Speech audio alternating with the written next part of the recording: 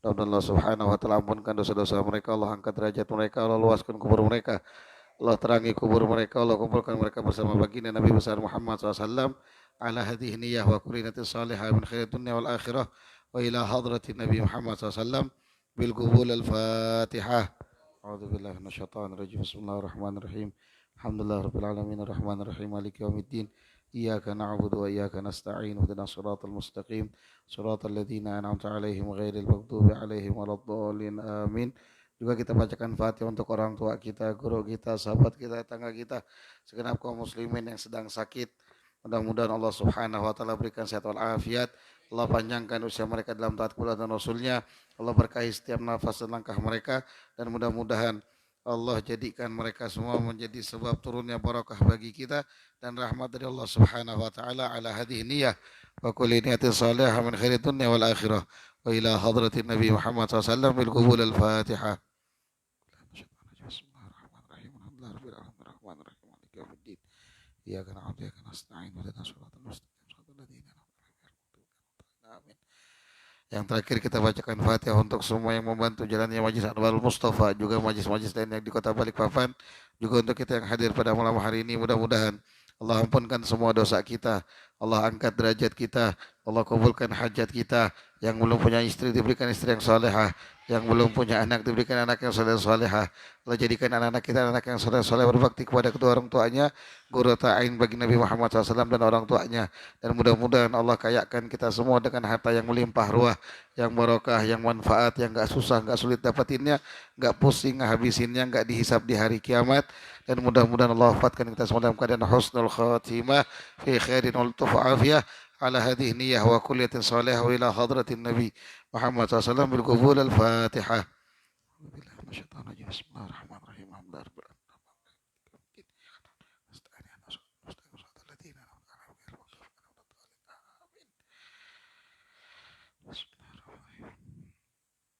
Assalamualaikum warahmatullahi wabarakatuh. Bismillah, alhamdulillah, wassalatu wassalamu ala rasulillah sayyidina maulana Muhammad bin Abdullah wa ala alihi wa sahbihi wa ala ma ba'du. Alhamdulillah. Lama karum muhtaramuna hadratul habaib. Ada Ayahanda Habib Husin, ada Habib Mahmud Bahashim, ada Habib Agil. Mudah-mudahan Allah panjangkan usia mereka dalam sehat walafiat, Allah jaga mereka dimanapun berada, dan mudah-mudahan apa yang menjadi hajat dan cita-cita mereka disampaikan oleh Allah Subhanahu wa taala. Juga mudah-mudahan kehadiran mereka di tengah-tengah kita menjadi sebab turunnya rahmah barakah bagi kita, dan menjadi sebab dapat pandangan khusus dari baginda Nabi besar Muhammad sallallahu alaihi wasallam. Amin ya rabbal alamin.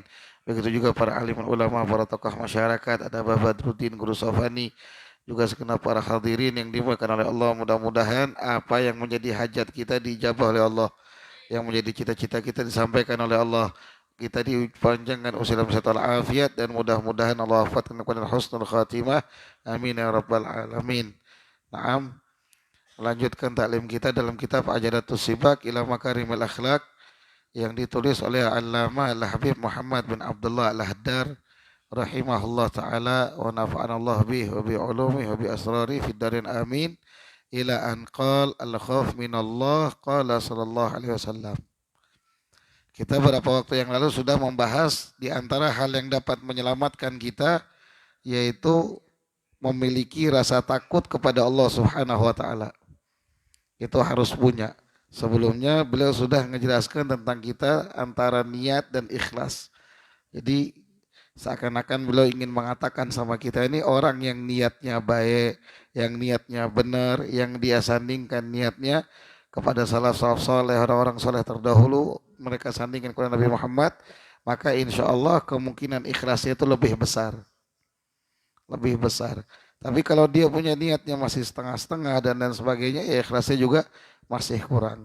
Maka beliau juga melanjutkan di antara yang menyelamatkan yaitu memiliki rasa takut kepada Allah Subhanahu wa taala. Karena kita tahu rasa takut ini salah satu hal yang penting yang dimiliki untuk mendapatkan hikmah. Kan di pelajaran sebelumnya beliau mengatakan ada induk semang atau inti dari akhlak yang terpuji itu ada 4. Dari 4-nya ini terlahirlah akhlak-akhlak terpuji. Di antaranya itu hikmah. Apa itu hikmah? Hikmah itu ilmu kebijaksanaan. Mungkin sebagian orang anggapnya hikmah itu ilmu kanuragan, ilmu zikir, ilmu wirid lah. Beliau mengatakan hikmah di sini adalah ilmu yang bermanfaat, yang mendekatkan dirimu kepada Allah, yang menjadikan dirimu menjadi zuhud terhadap dunia. Zuhud terhadap dunia bukan berarti miskin, tapi sama sekali nggak ada perasaan sama dunia, walaupun dunianya banyak. Dan juga lebih membuat dirimu untuk memikirkan akhiratmu yang dibalut dengan rasa takut kepada Allah. Dan hikmah itu adalah kebaikan yang banyak. Nah ini rasa takut penting. Nggak boleh kita cuma bilang, oh enggak bisa Habib, saya cuma mau sama Allah itu yang rahmat-rahmat aja, yang senang-senang aja. Allah itu kan maha baik. Betul, Allah maha baik. Betul sekali, nggak bohong, nggak salah kalian. Tapi jangan lupa Allah itu juga kalau kamu pelajari, kamu fahami, kamu mau menyelam di dalam samudra rahmatnya Allah, kamu bakal faham betapa agung kedudukan Allah. Betapa luar biasa Allah Rabbul Alamin, Rabbuna wa Rabbukum. Makanya Nabi SAW mengatakan dalam hadis, saya ini orang yang paling takut kepada Allah. Padahal yang paling kenal rahmatnya Allah siapa? Nabi Muhammad. Makanya alangkah anehnya kalau ada umat Nabi Muhammad, itu seakan-akan enggak beb, kami menempuh jalan cinta. Betul, kami menempuh jalan rahmah. Betul, tapi kalian enggak punya rasa takut sama Allah. Ini yang dikhawatirkan. Nanti malah jadi kurang ajar. Bisa jadi kurang ajar sama Allah. Akhirnya malah meremehkan Allah. Naudzubillah. Lo meremehkan Allah ada, tapi ada. Banyak sekali orang yang meremehkan Allah. Ya bahkan saya, kalian hari-hari kita sering tanpa kita sadari. Karena kita belum dianugerahi Allah kesempurnaan pemahaman tentang Allah atau hakikat Allah. Ilmu Allah itu apa sih? Kita belum dikasih pengenalan. Kita kan sibuk bahas ma'rifat itu apa? Ma'rifat itu yang kita bahas cuma memutarbalikan kata-kata. Aku dia, aku sir dia sir. Itu aja dibalik-balik. Ngertinya enggak, sholatnya enggak, sodakohnya enggak, zakatnya enggak, zikirnya juga enggak. Kita cuma sibuk main di mulut. Sibuknya itu aja. Udah gitu ngomong, ini daging ini beb. Ini daging ini kata dia. Ala kulli hal. Habib yang masih dibahas Habib ini cuma kulit. Kami ini sudah di daging. Ya enggak apa-apa. Alhamdulillah kulit ayam KFC itu bisa kelahi orang kalau diambil kulitnya. Orang lebih rela diambil dagingnya. Jangan, bukan begitu. Ma'rifat billah. Orang yang kenal sama Allah itu pasti dianugerahi rasa takut sama Allah. Akhirnya dia punya sifat, punya kebiasaan namanya muraqabah. Selalu diawasi Allah. Dia mau minum tangan kiri aja, walaupun ini sekedar sunnah. Kan kadang kita ngomong sekedar sunnah.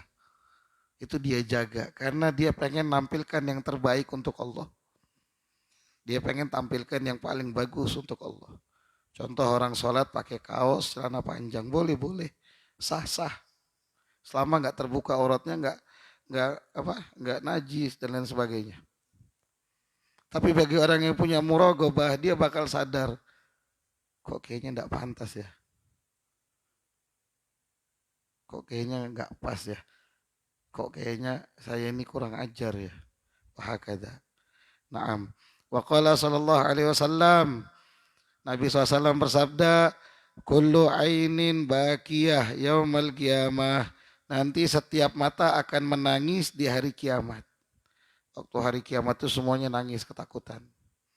Ya bayangin, hari kiamat itu idza syamsu kuwirat wan nujumu munkadarat idza zulzilatil ardu zilzalaha al-qari'atu mal qari'ah al-haqqatu mal haqqah, dan masih banyak lagi ayat menjelaskan tentang kiamat.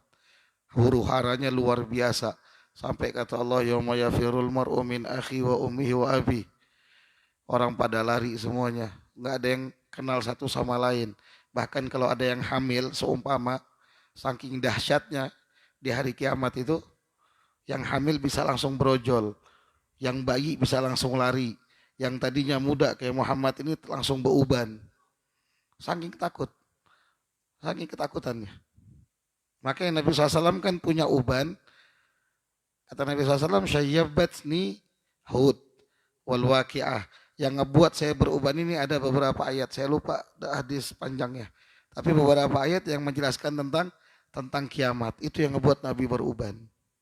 Artinya banyak pikiran tentang kiamat. Khawatirnya Nabi sama kita.